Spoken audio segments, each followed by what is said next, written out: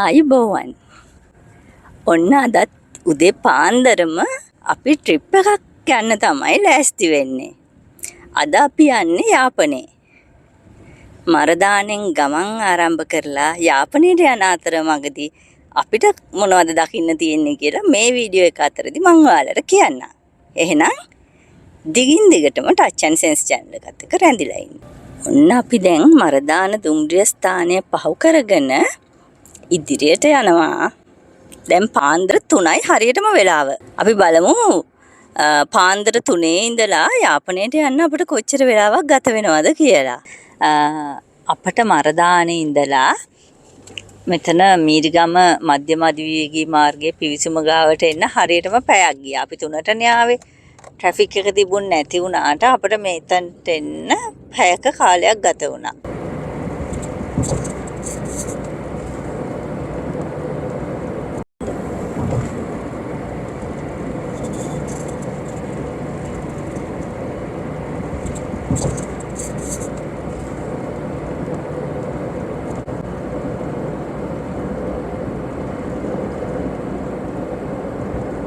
ඔන්න දැන් අපි මධ්‍යම අධිවේගී මාර්ගයේ කෙළවර වුණු යග්ගපිටියෙන් එක්සිට් වෙන්නයි හදන්නේ. අපට මීරිගම ඉඳලා යග්ගපිටියට එන්න හරියටම පැය භාගයක් ගත වුණා. මෙතනින් එක්සිට් වෙලා අපි දඹුල්ල පාරේ තමයි යාපනයට යන්නේ.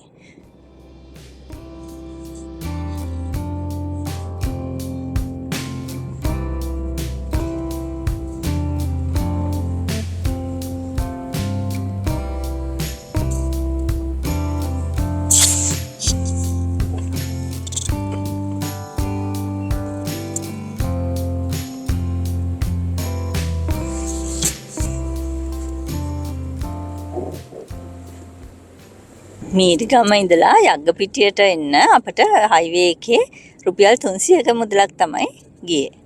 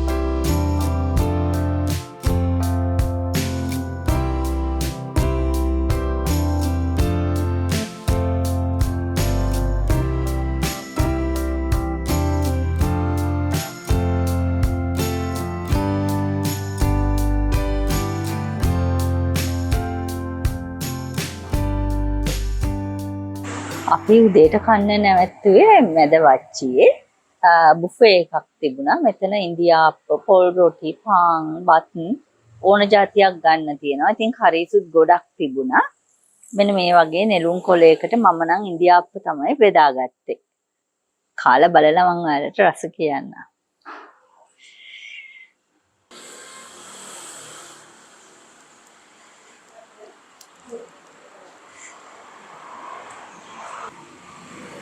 කෑම නම් හරි රසයි. බෙදපු වැව් මාළු, අච්චාරු, නයිමිරි සම්බෝලයක් එහෙමත් තියෙනවා.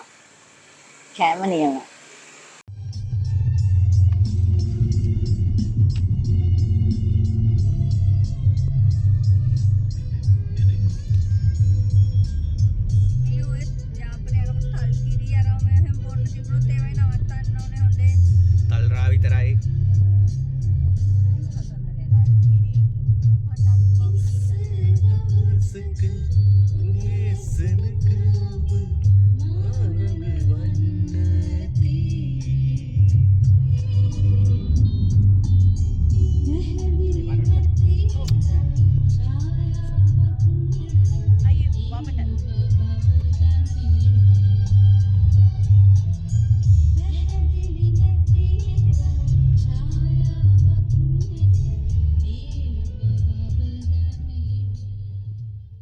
අපි A9 පාරේ ඇවිල්ලා කිලිනොච්චිය හරහා පුනරීන් වලට ගිහිල්ලා පුනරීන් වලින් තමයි යාපනයට යන්නේ.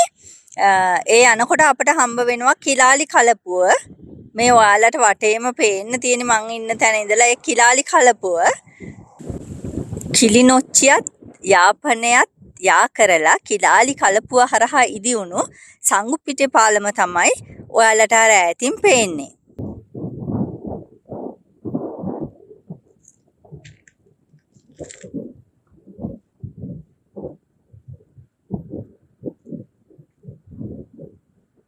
ඒ වගේම පේනවා ඇති යාපනයේ සුළං විදුලි බලාගාරත් මෙතනට හොඳට පේනවා.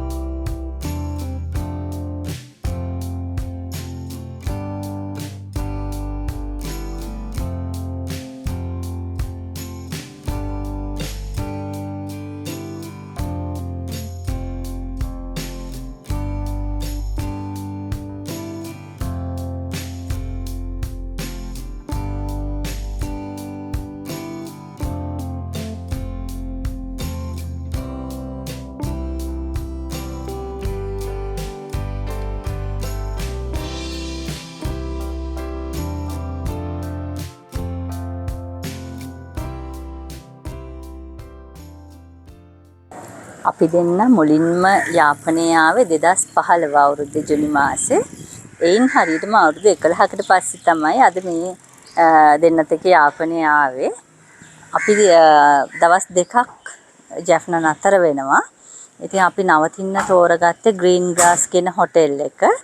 මේ හොටෙල් එක ගැනත් යාපනයේ අපේ අනිත් සංචාර ගැනත් වීඩියෝස් මම ඉදිරියේදී ඔයාලට අරගෙන එන්නම්. ඉතින් ඔයාලත් යාපනයේ ඉන්න බලාපොරොත්තු වෙනවා නම් මේ වීඩියෝ මාලාව ඔයාලට ගොඩක් වැදගත් වෙයි. ඒ නිසා මගේ channel එක subscribe කරපු නැති කෙනෙක් නම් channel එක subscribe කරලා bell all කියන icon එක press කරලා like එකක් comment එකක් එහෙම දාලා ලෑස්ති වෙලා ඉන්න. ඉතින් යාළුවන්ටත් මේ වීඩියෝ එක ප්‍රයෝජනවත් වෙයි කියලා හිතනවා නම් ඔයාලා ඔයාගේ යාළුවා අතරත් මේ වීඩියෝ එක share කරන්න අමතක කරන්න එපා. එහෙමනම් තවත් අලුත් වීඩියෝ එකකින් අපි ඉක්මනට මුණ ගැහෙමු යාපනයේ සංචාරය පිළිබඳව. එතෙක් ඔයාලා හැමෝටම සුබ දවසක්.